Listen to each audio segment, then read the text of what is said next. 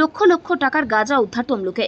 রবিবার সকালে পূর্ব মেদিনীপুর জেলার তমলুকে হলদিয়া মেছেদার জাতীয় সড়কে সোনাপেতা টোল প্লাজায় 10 কেজি গাঁজা উদ্ধার করে পুলিশ। দীঘা থেকে কলকাতাগামী একটি বাসে করে কলকাতা যাওয়ার সময় দুই দুষ্কৃতীকে আটক করে পুলিশ। কলকাতার বেলঘরিয়া থানার কামারগাছিয়া এলাকায় জগন্নাথ বিশ্বাস ও মৃণাল বিশ্বাস গোপনে প্রায় 10 কেজি গাঁজা নিয়ে যাচ্ছিল। হাওড়াগামী একটি বাসকে যখন আমাদের এই সোনাপুর যে টোল গেট আছে সেখানে পুলিশ সার্চ করে এবং সার্চ করে দুটো লোক পাওয়া যায়। তাদের কাছে দুটি ব্যাগ পাওয়া যায়, একটি কালো রঙের ব্যাগ, একটি স্কাই ব্লু রঙের ব্যাগ। প্রত্যেকটা ব্যাগ যখন পুলিশের সন্দেহ হয় পুলিশ নামায় এবং পুলিশ এসডিওকে খবর দেয়।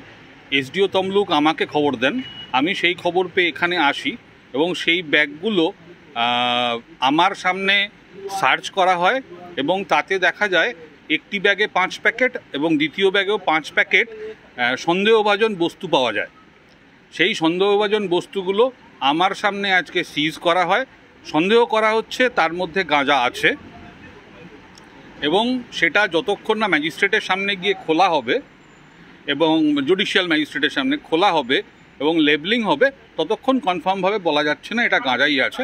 কিন্তু সন্দেহ করা হচ্ছে ওর মধ্যে গাঁজা আছে। দুজনকে অ্যারেস্ট করা হয়েছে আর সমস্ত জিনিস যে বাসটিতে পাওয়া গেছে সেই বাসটি শুদ্ধ পুলিশ সিজ করছে এবং সিজটা আমার সামনেই হচ্ছে। দাদা কি নিয়ে যাচ্ছিলে? দাদা ধরলো কেন পুলিশ?